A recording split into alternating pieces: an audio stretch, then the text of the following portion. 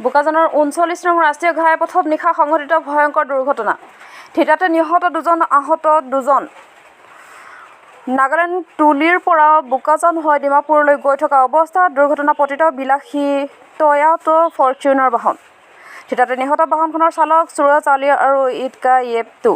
আনহাতে আহত ব্যক্তি 2জনক বোকাজান সামূহিক চিকিৎসালয়ত প্ৰাথমিক চিকিৎসাৰ অন্তত উন্নত চিকিৎসাৰ বাবে ডিমাপুৰলৈ প্ৰেৰণ কৰা হয়। তীব্ৰবেগী NL07CA 1654 নম্বৰ বিলাসী বাহনখনে নিয়ন্ত্ৰণ হেৰুৱাই পথৰ দাঁতিত থকা গছত খুন্দা মৰাৰ ফলত সংঘটিত হয় দুৰ্ঘটনা।